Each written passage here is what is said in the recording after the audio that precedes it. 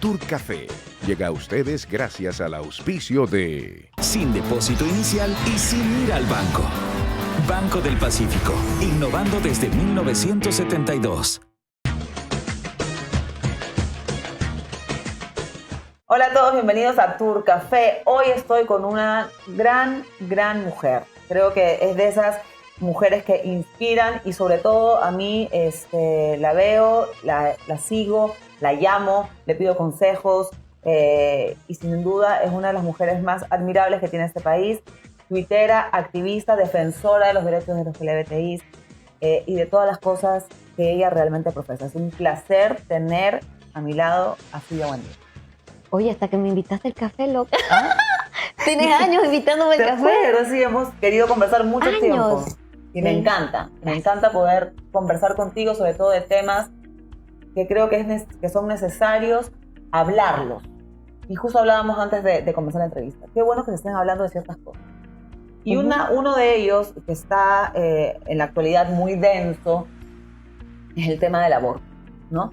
Quiero un poco, antes de empezar a preguntar cosas específicas, que la gente sepa en nuestro país cómo está el tema del aborto. El aborto en el Ecuador está despenalizado. En dos. Sí, exactamente. Está despenalizado por causales. Es decir, en el Ecuador, y esto es lo que la gente a veces no sabe, a veces la gente dice, cuando conversa conmigo, inclusive cuando debate conmigo, no, es que no se puede despenalizar el aborto porque la Constitución, el artículo 45, dice que se defiende la vida, toda vida desde la concepción. Entonces no puede haber aborto. No, no es cierto. Eso no dice la Constitución. La Constitución, el artículo 45, habla de niños, niñas y adolescentes, de su cuidado y su vida desde la concepción, pero para eso tienes que ser niño, niña y adolescente. Y la Constitución, el artículo 43.3, también habla de que un grupo de atención prioritaria es la mujer embarazada. Entonces, ¿qué dice ese artículo, ese numeral 3? Cuando una mujer está encinta, su vida y su salud es prioritaria. Es decir, está acá con respecto a cualquier otra persona o cosa. Si está acá la mujer embarazada, el feto, el embrión, el no nacido, está un poquito más acá. Por eso es que en el Ecuador, en el artículo 150 del Código Orgánico Integral Penal, existen dos causales para que una mujer que está acá, que es sujeto de derechos, pueda interrumpir su embarazo, a pesar de que esto va a costarle la vida a este ser que todavía está en formación. Entonces, este es un tema sumamente delicado, pero importante. Ahora, ¿desde cuándo el Ecuador tiene despenalizado el aborto? Desde el año 1938, con el Código Penal del general Alberto Enríquez Gallo, porque se consideró que había por lo menos algunas circunstancias que debían revisarse y no mandar a la cárcel a cualquier mujer siempre. ¿Cuáles son esas circunstancias? En el caso de que la vida o la salud de una mujer esté en riesgo y esté encinta, y es el embarazo el que le está causando el riesgo para su salud o su vida, ahí esa mujer puede acceder a un aborto y no es punible, es legal. O también en el caso de una mujer que ha sido violada, que está encinta y que tiene una discapacidad intelectual. Solo si tiene una discapacidad intelectual. Solo si tiene una discapacidad intelectual, y en el código de Alberto Enríquez Gallo decían demente o idiota. Cuando se codificó nuevamente en los años 70 el Código Penal, también dijeron demente o idiota. En el año 2013, cuando se comienza a hablar de este tema, algunas asambleístas dicen vamos a despenalizar el aborto para que sea en todo caso de mujer violada. No tiene que ser una mujer con discapacidad intelectual. No se consiguió en ese momento y lo que hicieron fue cambiar esas dos palabras. Demente o idiota por mujer con discapacidad intelectual o con discapacidad mental. Entonces lo que te quiero decir es que en 70 años, 80 años, lo único que se consiguió para modernizar ese artículo es cambiar dos palabras para que venga a significar más o menos lo mismo. Es decir, que hoy, vamos a ser crudos para que la gente pueda entender. Si hoy violan a una niña, 8, 9, 10, 4, 5, 6 años, que no tiene ninguna discapacidad intelectual, no está despenalizado.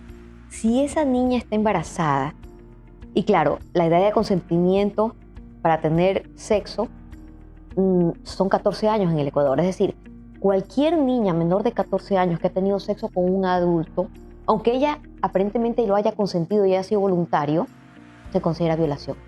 Entonces, menos de 14 años, toda niña ha sido violada. Toda niña ha sido violada si menos de 14 años ha tenido un contacto sexual con adulto. Pero no puede abortar en el caso de su decisión si es que no tiene discapacidad intelectual. Te voy a decir lo que yo sé y lo que sucede en el Ecuador. En el Ecuador hasta el año 2014, niñas embarazadas, algunos médicos en los hospitales públicos decían que esta niña no tiene el cuerpo desarrollado, se va a morir en el parto, hay que proporcionarle un aborto. Y abortaban esas niñas, porque era una consideración de salud. Y viste, el código dice cuando su vida o su salud esté en riesgo. Después del año 2014, los médicos se negaron a hacer eso. Y desde ese momento, la niña, aunque esté embarazada a los 11 años, aunque el médico sepa que su cuerpo se destroza con ese embarazo, y no solamente se destroza, sino que hay niñas que mueren en la cesárea, porque su ritmo cardíaco, su capacidad pélvica. ¿Tienes alguna cifra? No, por supuesto. Han muerto? A ver, mira, tenemos unas cifras horribles, no me las sé de memoria, pero ustedes la pueden conseguir si googlean esto que hizo Fundación Desafío, que se llama Vidas Robadas. En Vidas Robadas, un grupo de médicos y de ginecólogas hace un estudio sobre niñas madres y toda la serie de patologías que sufren estas niñas durante el embarazo y sobre todo durante el parto. Muertes, morbilidad, etc. Es espantoso. Y sabes que también trae los testimonios de las niñas. Las niñas en el momento de parir reproducen y reviven la violación. O sea, parte el alma esa situación. Dicen también que puede ser tan traumático como eso el aborto, ¿no? Uh-huh. Es complicado pensar que un aborto puede ser más traumático que un parto si es que sabemos que la niña en este caso ha sido violada. Exactamente. ¿No? Y que tienes días de haber sido violada, ¿no? Tampoco hablamos de que tenga 5 meses de de que tenga 5 meses o 6 o 7 meses de embarazo. En el país, yo creo que el tema del aborto es un tema de salud pública. En efecto, es un tema de salud pública. A ver. Y de esa forma también se ha peleado y se han luchado. Vamos a hablar sobre países. el trauma. Un aborto puede ser absolutamente traumático. Imagínate tú que yo estoy embarazada y yo deseo profundamente esa maternidad y estoy pensando en el nombre que le voy a poner a mi hijo y en lo feliz que voy a ser cuando sea madre. Si a mí me agarran de patas y manos, me llevan a un quirófano, pero me producen un aborto, obviamente me matan. Me matan en vida, porque es un hijo deseado, esperado, cuidado, protegido. Pero si yo soy una mujer que no quiero tener el hijo, ¿por qué? Porque fui violada, porque me falló el método anticonceptivo, porque me han dicho que ese embarazo pone en riesgo mi vida y me voy a morir y no quiero dejar viudo a mi marido y no quiero dejar huérfanos a mis hijos. Y digo, bueno, yo no quiero morir. Accedo voluntariamente desde el conocimiento informado a un aborto por esa circunstancia que te estoy diciendo. O de repente otra cosa. Imagínate tú que me dice el médico que ha pasado. Tengo un caso muy cercano recientemente. Señora, qué pena. El bebé viene mal. Tiene una cardiopatía que no le va a permitir seguir vivo en el momento en que usted lo dé a luz. Y le digo, bueno, ¿y qué pasa con el bebé? A los pocos minutos se va a poner morado y va a dejar de respirar y no va a poder latirle el corazón y se muere. Yo no quiero seguir, 6 meses más encinta con un bebé que viene con esta malformación que es incompatible con su vida extrauterina. En esas condiciones, un aborto puede representar para mí terminar con una angustia, con un dolor espantoso, inclusive un alivio. Porque no es lo mismo un bebé deseado que un bebé no deseado, y es producto además de violencia. Acá también hay, en la discusión entra mucho el tema moral, ¿no?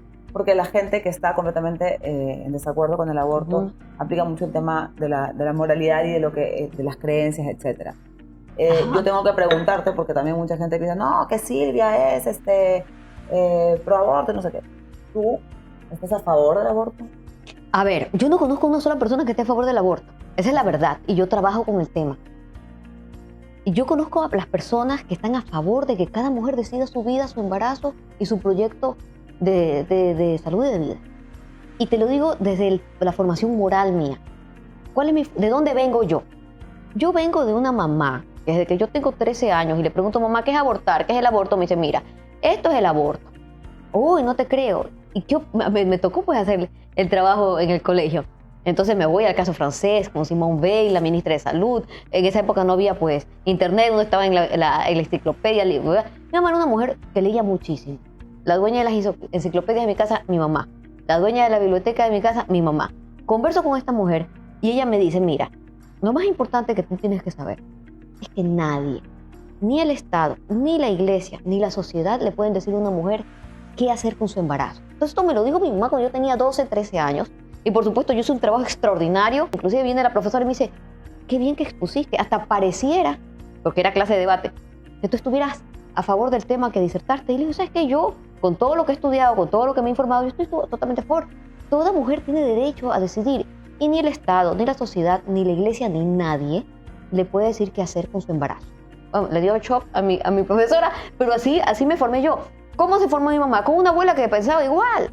Entonces, mi madre y antes de ella mi abuela están absolutamente convencidas que la maternidad tiene que ser deseada. Y que el aborto no es un crimen, no es un pecado. Yo no vengo de una familia religiosa. O sea, yo me he criado sin culpas. Yo me he criado con muchísima información, con una especie de pasión por la información, por la lectura, por el conocimiento. Claro, lo que pasa es que el exceso también de esta creencia para mí está muy ligado a la ignorancia o al no querer informarte de alguna forma. Son principios. ¿No? Entonces, cada quien tiene sus principios y cada quien tiene sus valores. Pero tú tienes que en este mundo ser un poco abierto y tratar de ver más allá y de explorar y de escuchar y de saber más cosas. Oye, cuando a mí no me dicen, quedarte en lo que tú crees. ¿Qué pensaría tu mamá si te escucha hablar? Le digo, mi mamá pensaba igual que yo. Pues yo soy así por ella. Ah, bueno, pero ¿y no le tienes temor a Dios? No, yo no le tengo temor a Dios. Yo no creo en Dios, no le tengo temor a Dios. No puedo tenerle temor a alguien en el que no creo. Entonces, imagínate. Ah, no, pero es que todo el mundo piensa así. No todo el mundo piensa así. Habrá gente para las cuales abortar es un crimen espantoso. Es legítimo que piensen así. Está muy bien. Nadie está obligado a abortar si hay una ley que despenalice el aborto, porque no lo hace obligatorio, lo hace simplemente legal. Aquella mujer que hoy abortaría, aun cuando está criminalizado el aborto, lo va a seguir haciendo igual.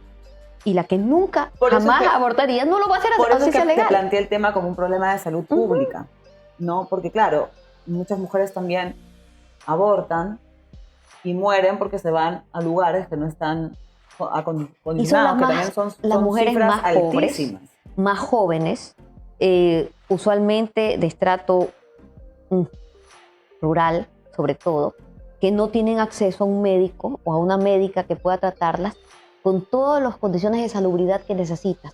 Porque el aborto, como una intervención quirúrgica, tiene los riesgos que conlleva una intervención quirúrgica, pero no más que eso. Inclusive, un aborto es 14 veces menos riesgoso que un parto o una cesárea. Bien hecho, con las condiciones de salud y médica. Pero sin esas condiciones de seguridad, te puede matar, te puede enfermar, te puede mutilar, te puede causar una infección espantosa y sobre todo muchísimo dolor. Claro, la parte que está el aborto criminalizado es porque también dicen de que es matar una vida, que te convierte en un asesino. Así es. Pero si te convierte en una asesina, ¿por qué no te dan 26 años de prisión, que es lo que te dan con el asesinato? Te dan de 6 meses a 2 años. Entonces, ni siquiera para nuestro Código Penal es lo mismo abortar que asesinar. Ni siquiera es lo mismo con el homicidio. Entonces, también vamos a ser un poquito coherentes y pensemos que ni siquiera la legislación penal, que es mucho más drástica en el mundo, en ningún país asemeja con la misma penalidad lo que es un aborto, lo que es un asesinato. Aquí en el Ecuador, mira, son 6 meses a 2 años.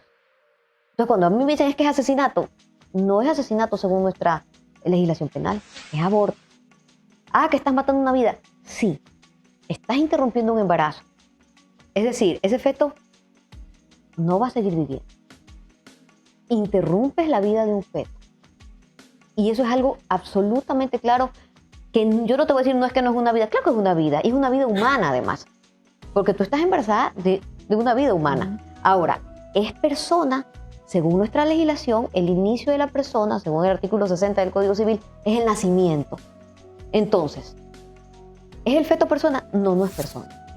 Ah, no es nada, lo podemos matar. No, tampoco.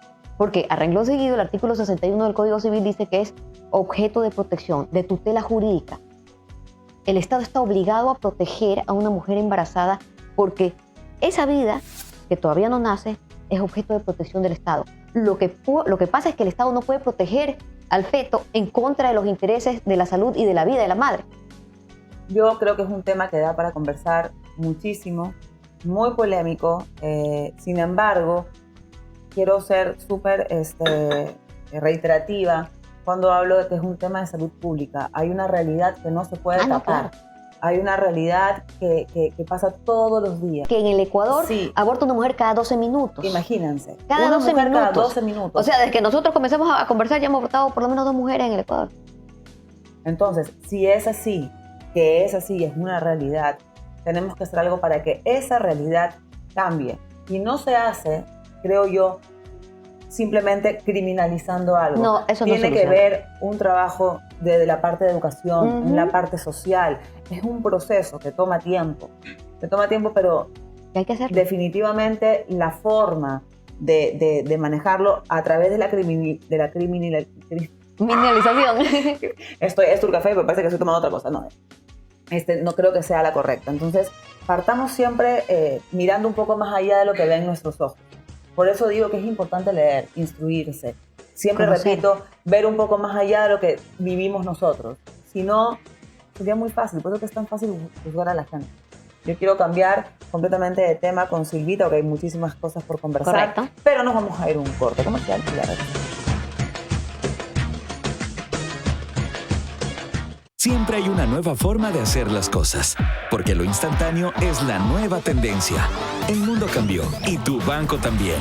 Por eso te presentamos Onboard BDP, la nueva aplicación de Banco del Pacífico para abrir una cuenta de ahorros desde donde estés, en pocos minutos, sin trámites, con reconocimiento facial, geolocalización, sin depósito inicial y sin ir al banco. Banco del Pacífico, innovando desde 1972. ¿Sabías que desde los 25 años tu cuerpo empieza a perder colágeno? Llegó al Ecuador el mejor colágeno, Colageína de Nature's Garden. 100% con colágeno hidrolizado. Ya saben, Colageína de Nature's Garden.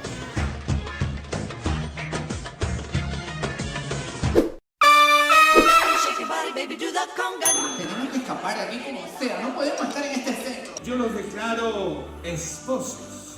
Puede besar a la novia. ¿Y para qué? Una obra recomendadísima para toda la familia. Recomendadísimo para todos a nivel internacional. Mi bebé no es mi hijo. Y entonces es solo mi bebé. Yo pasé riéndome todo el rato, de verdad. Estuvo muy divertido. Mi bebé es mi marido, pues mi marido. ¡A la fila! Años diciendo eso y era hora que lo sepamos también.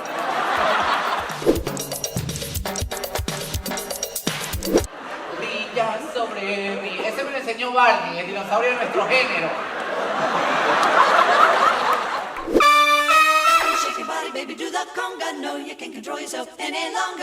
No saben lo que estoy haciendo porque que ya llegó del Banco del Pacífico Onboard. Facilísimo abrir tu cuenta de ahorros porque lo puedes hacer sin trámite, sin depósito inicial y lo mejor, sin ir al banco, todo desde acá, porque lo digital es lo máximo y el Banco del Pacífico mucho más, ya saben. Gracias por seguir con nosotros y seguimos con Silvita. Buen día. Oye, Silvita, ¿te molesta recibir tantas contestaciones, tantas peleas por Twitter?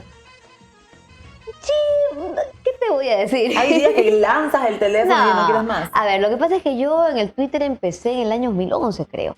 Y empecé justamente porque a mí me saca Twitter Ecuavisa, porque estoy en el programa Así Somos, Así pues, somos. ¿no? Entonces, a mí desde el año 2011 me están sacando la madre desde las 6 de la mañana, todos los días. Estoy ya 2018, ya estoy recurtida. ¿Bloqueas a mucha gente? Solamente bloqueo.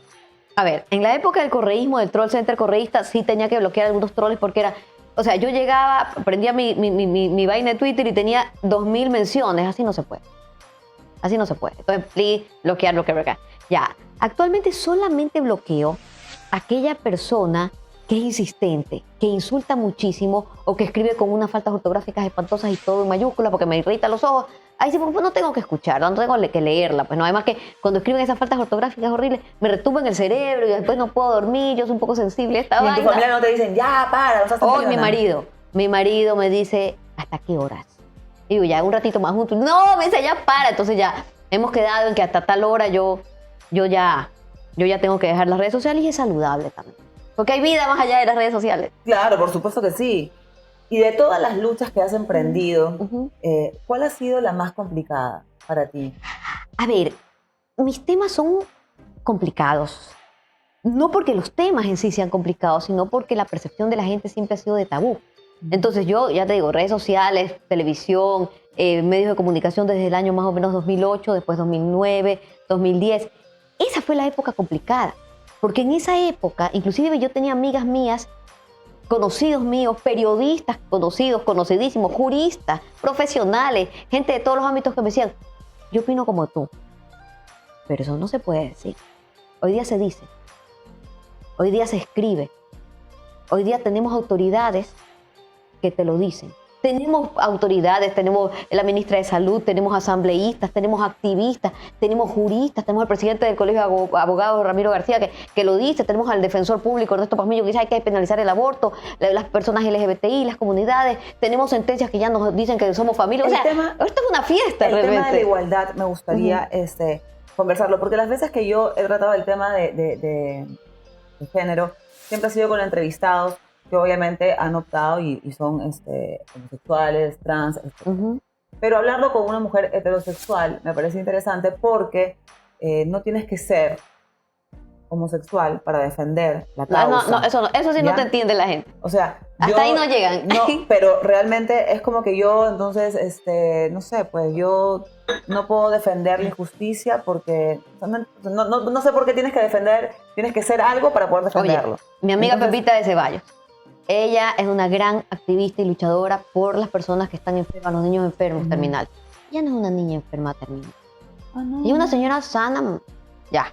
Entonces, yo no soy gay, lo he dicho abiertamente, porque si fuera gay realmente lo diría, no tendría ningún problema en decirlo. La gente de rescate animal no son animales, son amantes de los animales, les gustan. ¿no? Yo simplemente, al igual que tú, creo que luchamos para que todo el mundo tenga los mismos derechos, que es básicamente eso. ¿Cuáles son los derechos que siguen siendo negados a las personas con diferente orientación? A ver. Que quiero que lo escuchen, porque no es una exageración. Ya, depende. En nuestro marco jurídico, que es totalmente vanguardista y súper de avanzada, desde el año 2008 te puedo decir que hay una constitución que tiene un artículo, que es el 11.2, que dice no puedes disminuir ni discriminar a nadie ni conculcarle los derechos por ningún tipo de motivo. Y ahí está su sexo, su edad, su grupo etario, yo qué sé, pues su etnia, su color de piel, su etcétera, etcétera. ¿Lo dice? ¿Sucede? Todo. Y entre esas cosas está orientación sexual e identidad de género. Lo dice. ¿Sucede? No sucede ni siquiera en la Constitución. Porque ese es el artículo 11, pero un poquito más allá, el artículo 67 dice, bueno, pero el matrimonio es una unión de hombre y mujer. ¿Perdón? ¿Y por qué es la unión de hombre y mujer si no me puedes discriminar a mí por mi orientación sexual, por ejemplo? ¿Y qué parte yo soy lesbiana y me quiero casar con otra mujer y quiero contraer matrimonio con otra mujer, no me entiendes y no me dejas casarme? El artículo 68 dice, bueno, uniones de hecho. Se constituyen familias a través de la unión de hecho entre personas, no dice hombre y mujer, y tienes los mismos derechos que las familias constituidas por matrimonio. Acto seguido dice, pero no pueden adoptar sino solamente las parejas unidas de hecho heterosexuales. De nuevo, ¿por qué me estás quitando la posibilidad de adoptar a un niño o una niña? Más allá de lo que me estás quitando, ¿qué está implicando? Que las parejas del mismo sexo somos depravadas, que no podemos criar niños y niñas, que tenemos alguna falencia relacional o no sé, moral. Es muy duro lo que están diciendo. Entonces, esos dos artículos, por ejemplo, no se llevan ni con el artículo 11, ni con el artículo 66, ni con todo el capítulo del buen vivir que habla de las poblaciones históricamente discriminadas. Aquí hay algo como medio esquizofrénico. Tal vez el nombre está mal. Yo creo que bipolar, no sé. Creo que todavía se sigue. Creo que el tema moralista, entre comillas, ¿no? Puede ser. Sigue siendo demasiado prioritario, aunque no entiendo cómo, porque hemos tenido, moralmente hablando, hemos tenido gobernantes que han gobernado con todo menos con moral. Entonces, pero tal vez han sido hombres. O mujeres, o lo que sea. Tal vez han sido heterosexuales, o por lo menos aparentemente heterosexuales. Entonces siguen un patrón patriarcal. Sí, pero entonces la moralidad, ¿hacia dónde la moral influye cuando qué? A ver, nuestra moral ecuatoriana de nuestra sociedad es patriarcal. Es de hombres. Es de hombres de clase media alta. Es hipócrita también. Es heteronormada y es hipócrita. Totalmente hipócrita. Mira tú, Rosalía Arteaga, le tocaba ser presidenta y no la dejaron ser presidenta. Y se armaron ahí un bochinche y un chanchullo en el Congreso y simplemente no aplicaron la Constitución. ¿Por qué? Porque era mujer. Si hubiese sido un vicepresidente el día de a ese le tocaba. No sucedió. Y ese es un clarísimo ejemplo. Recién 20 años, más de 20 años después, le ponen el retrato a esta señora admitiendo que en efecto ella fue presidenta durante un par de días o no sé, creo que algunas horas. Eso es lo que somos, de ahí venimos. Esa es nuestra matriz social. Entonces, todo este discrimen que existe para las personas LGBTI en este momento no necesariamente vienen de una ley o de un marco jurídico que ya viste que está patuleco, sino de cómo somos. Mira, no nos olvidemos, en el Ecuador hasta el año 1997 las personas LGBTI éramos delincuentes, no éramos ciudadanos. ¿Cómo puedes tú luchar por los derechos de tu condición cuando tu condición, solamente tu condición, ya te puede mandar preso? ¿Sabes cómo puedes luchar? No puedes luchar. No puedes. ¿Cómo puedes? No puedes. Recién en el 97 dejamos de ser delincuentes. Recién en el 98, en la Constitución de 1998, nos ponen ahí, creo que en el artículo 30, no se puede discriminar, entre otras cosas, orientación sexual. ¿Tú crees que los asambleístas constituyentes del 98 se dieron cuenta qué significaba orientación sexual? No tenían idea. Claro. No sabían lo que estaban haciendo. Tampoco. No se conocía. Pero bueno, activistas LGBTI de esa época lo consiguieron. Se dio. Y recién por el año 2000, las organizaciones comienzan a querer tener presencia mediática. Yo me acuerdo que yo en el año 2006, yo estaba viendo con Carlos Vera un programa que tenía que se llamaba Cero Tolerancia los domingos, Ecuavisa. Y me acuerdo que ese día había invitado a una muchacha, pilísima, que a mí me encantaba, que se llama María Paula Romo. Todo del año 2005 más o menos, 2006 creo que 2005. Y está María Paula Romo en Cero Tolerancia conversando con este hombre. Y Carlos Vera así, vi las preguntas, pues no, estaba feliz porque María Paula inteligentísima, qué chévere, pero de repente en un momento dado Carlos Vera le dice, María Paula, yo a usted le tengo muchísima admiración porque usted es capaz de decir aquí y ahora y decirlo públicamente que usted está, por ejemplo, a favor del aborto o a favor de estas personas así, homosexuales. Carlos Vera. Entonces María Paula le dijo, yo no estoy a favor del aborto, yo estoy a favor que una mujer decida qué hacer con su vida. Y es lo mínimo que un ser humano se puede permitir. Y con estas personas, son seres humanos y necesitan tener los mismos derechos. No, porque no somos iguales, no, todos somos iguales. Esa fue la primera vez que yo escuché esos temas en televisión abierta. Un domingo, Cero Tolerancia. Y yo me acuerdo que Carlos Vera la escuchaba y decía como sí, me hace sentido, pero ya tengo un clic aquí, ya no sé qué, algo me está pasando, está temblando todo, tiene sentido lo que, pero no me entra, todavía no puedo, ¿no? Me ha costado muchísimo. Pero ella fue la primera persona que yo escuché en televisión que pudo hablar de aborto y de todos estos temas desde los enfoques de derechos humanos. Porque antes en televisión, en la prensa, en la radio, solamente tocabas estos temas desde, por ejemplo, los LGBTI siempre en la Crónica Roja. Mataron a un travesti. Ahí estaba Wendy en la perimetral, la hicieron pedazos, la mutilaron, la violaron, la mataron. Éramos sección Crónica Roja. Solamente en ese lugar estábamos. Y la gente, ninguna alarma social. ¿Por qué? Porque era una transexual, un maricón, yo qué sé. Se merecía morir por la vida que llevaba. Aborto, solamente hablabas de aborto, haciéndole la entrevista a una mujer, tapándole la cara, distorsionándole la voz en televisión y que ella diga, es el peor de los crímenes, nadie lo haga, yo me arrepiento. Nunca, jamás, desde un enfoque de salud pública, de derechos humanos, de una decisión informada, consensuada, legítima. Recién en el año 2010, 2011, cuando yo estoy en Ecuavisa, me dicen, este tiene que ser un programa polémico. Y digo, bueno, pues hablemos de lo más polémico. Ya, pero ¿quién puede hablar? Yo puedo hablar, yo hablo. Y con Juana Guarderas, con Dayana Pazley, comenzamos a hablar estos temas desde el enfoque de derechos humanos.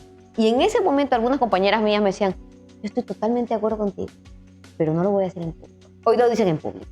Y eso es una maravilla y eso es una victoria. Sí, hay mucho miedo. Es lo que hablábamos hace poco, ¿no? De cómo somos como sociedad. Nos da miedo decir lo que realmente pensamos porque creemos, tontamente creo yo, que somos lo que la gente cree de nosotros. Bueno, eso así nos han criado. Nos han criado de esa forma. Es difícil salir de eso. Pero creo que hay que hablarlo para poder avanzar. Lo que pasa es que, yo vengo de una familia en la que esto se hablaba en la mesa de comedor. Y yo también. Y seguramente en mi casa hay mucha gente que está en desacuerdo conmigo, pero lo hablo. Sí. Y tengo y tenemos nuestras diferencias. Y no quiere decirte que mi mamá seguramente está en contra de lo que yo digo, más que en contra, en desacuerdo con lo que yo digo, pero me respeta y me sigue amando tal cual. Exactamente. Yo creo que tenemos que dejar las pasiones. Lo que pasa es que era muy difícil tener este debate de ideas que me parece maravilloso, que ahora lo tenemos en todas las mesas, en todas las familias, en todos los medios de comunicación, en todos los portales de opinión. Hablemos del aborto. Me parece excelente, porque hace 10, 15 años no se habla de ningún lado. Y de lo que tú no hablas no existe. Entonces teníamos clavado en el corazón de nuestra comunidad un problema de salud pública horrible. Y todo el mundo sabía de alguna mujer que había abortado. Yo conozco familias, parientes, amigas, vecinas, compañeras de trabajo, todo el mundo conoce. Ah, y por cierto, si tú no conoces a una mujer que haya abortado, será que de repente no confía en ti y no te lo ha dicho. Pero de que hay. Entonces, ¿qué sucedía? Que sabíamos inclusive a qué médicos ir. Mi mamá me contaba que en el barrio de ella, yo 50, 60, había un médico en el barrio en el que todo el mundo sabía que tocabas la puerta, de tal manera iba y las chicas entraban a veces con uniforme de colegio y salían unas horas después caminando lentamente, venían de un aborto. Todo el mundo lo sabía. Nunca le cerraron el consultorio. Era un hombre respetado y respetable. Las chicas también acudían a este lugar. Se sabía, se toleraba, siempre y cuando tú lo digas en silencio y te avergüences. Claro. La sociedad en este momento nos está castigando a quienes hablamos de este tema cada vez menos, hay que decirlo. Porque tenemos cada vez la desfachatez de decirlo. Exacto. Adicionalmente, hay más valientes. Digamos. Oye, yo me acuerdo en el Universo, en el año 2010 creo, Plutarco Naranjo, ex ministro de Salud, él en la columna del Universo dijo, es necesario e imperativo despenalizar el aborto porque es un problema de salud pública. Y yo, ¡ay, Plutarco Naranjo, qué bacán! Pero claro, Plutarco Naranjo, vaca sagrada, político viejo, gran médico, muy respetado y muy respetable, que había inclusive detentado la cartera de salud, podía darse el lujo de hacerlo. Es que, insisto, o sea, es una realidad, es algo que pasa. Entonces, nuestro gran problema como sociedad siempre ha sido el negarnos a ver lo que pasa. Sí. Pero mira, esos aliados nos han hecho mucho bien. Ah, por supuesto. Esos aliados, sobre todo pero profesionales destacados, políticos, grandes juristas, grandes vacas sagradas de sus ámbitos, por ejemplo, y tiene que ver también el que sean hombres. O sea, seguimos siendo una sociedad androcéntrica que si el hombre lo dice, entonces ahí... es verdad si el hombre lo dice, todavía. Yo lo digo, será, y le preguntan a Ramiro García, oiga, tal cosa, a Farid Simón, tal cosa, entonces como el gran jurista hombre lo dice, entonces es cierto. Yo le agradezco a esos aliados, porque esos aliados han puesto nuestros temas como temas universales y necesarios de debatir y de solucionar. Quiero hacerte una pregunta más, porque seguramente ya estamos con el tiempo, porque se nos ha pasado volando. ¿Ya? Y es sobre el matrimonio igualitario. Correcto. Ya, porque el matrimonio, hablando de los derechos y todo, tenemos amigos en común que están, que no pudieron tener, o sea, no pudieron casarse aquí, ¿no? Ah, claro. Pame Troya sigue luchando. Ah, no, ya se va a casar aquí. Ya se va a casar acá, pero ¿en qué estado está? Y de hecho, la Constitución acá en Ecuador debe, ya por obligación, por un mandato de la... corrígeme, por favor, porque esos términos legales de también... la opinión consultiva 24. Pero en Costa Rica. Eso, la opinión consultiva 24 de la Corte Interamericana de Derechos Humanos. Correcto. Le dio casi explícitamente la orden a que los países que todavía no tenían el matrimonio igualitario, ¿cuánto falta? A ver, falta menos de lo que la gente cree por lo siguiente. En la Corte Constitucional teníamos sobre todo 3 casos emblemáticos con temas de derechos humanos LGBTI. El primero, el caso de Pablo Bruno, que es un chico trans manaba, que ya sacudió la sentencia a favor y determinó que esa ley de identidad y datos civiles que nos hicieron hace como 2 años no sirve. Tiene que haber un cambio para las personas con identidad transexual que sea desde la partida de nacimiento y que identifiquen todos sus documentos de identificación personal. Es una sentencia muy linda, muy grande, muy chévere, que dice no puede haber ningún tipo de distinción y no puede haberla tampoco por identidad de género. De ahí vino lo que acaba de salir, la sentencia del caso Satia. Es una sentencia fantástica que habla sobre maternidades lésbicas homoparentales, pero también habla sobre cualquier tipo de paternidad o maternidad homoparental que tenga hijos. Que hablábamos, ¿te acuerdas que yo ese texto antes de publicarlo se lo mandé a Silvita para que me lo revisara?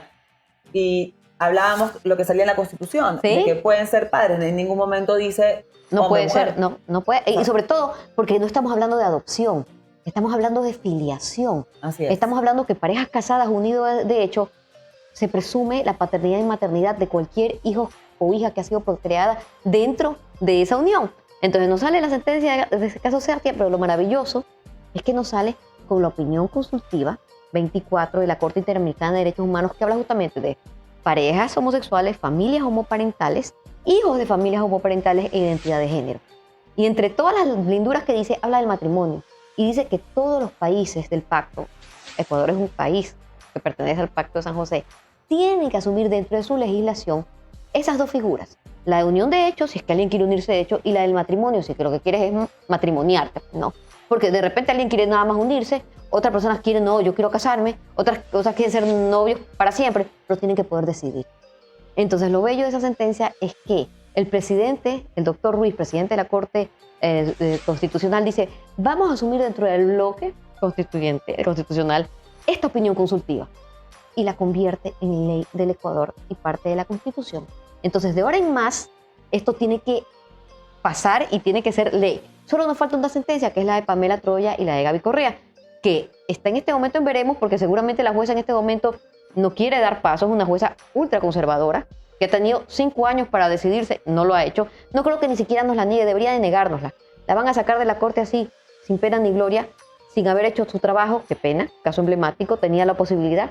Así es la vida, pero no importa, porque ya en Cuenca, hace unos días, el 29 de junio, para ser más exactos, ya tuvimos 2 sentencias de 2 juezas del Cantón Cuenca que dieron luz verde para el matrimonio de una pareja de 2 hombres y de una pareja de una muchacha trans y de su novio. ¿Y en qué se basaron? En la opinión consultiva 24 de la Corte Interamericana de Derechos Humanos. Entonces ya está sucediendo, ya está pasando.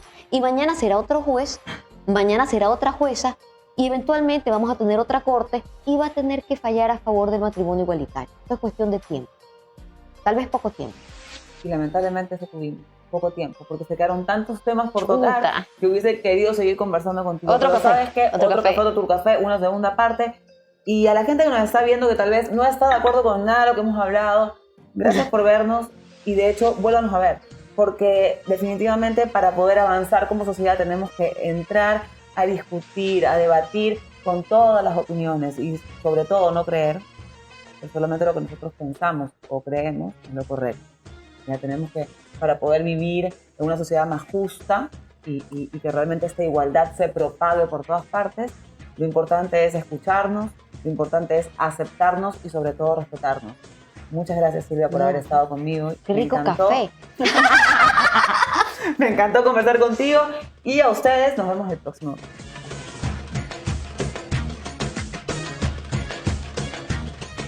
Nacho, ¿en algún momento sintió miedo, temor de iniciar esta carrera solo? ¿Pensaste demasiado tiempo antes de tomar la decisión de separarse?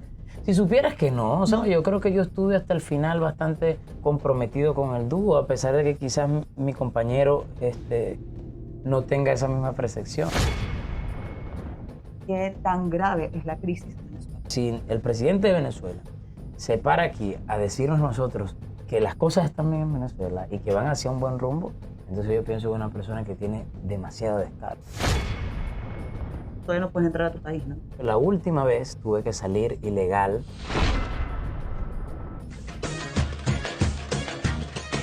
No puedes más con los terribles dolores en el cuerpo que no te dejan trabajar. Arrugas están acabando con tu día a día. No quieres salir ni ver a tus amigas. El consumo de colágeno como suplemento tiene una gran importancia en el organismo, porque retarda el envejecimiento de las células, disminuyendo las arrugas, actuando directamente en la hidratación de la piel. Luce 10 años más joven, cuidando tu salud con Colageina. Encuéntrala en nuestros puntos autorizados en todo el país.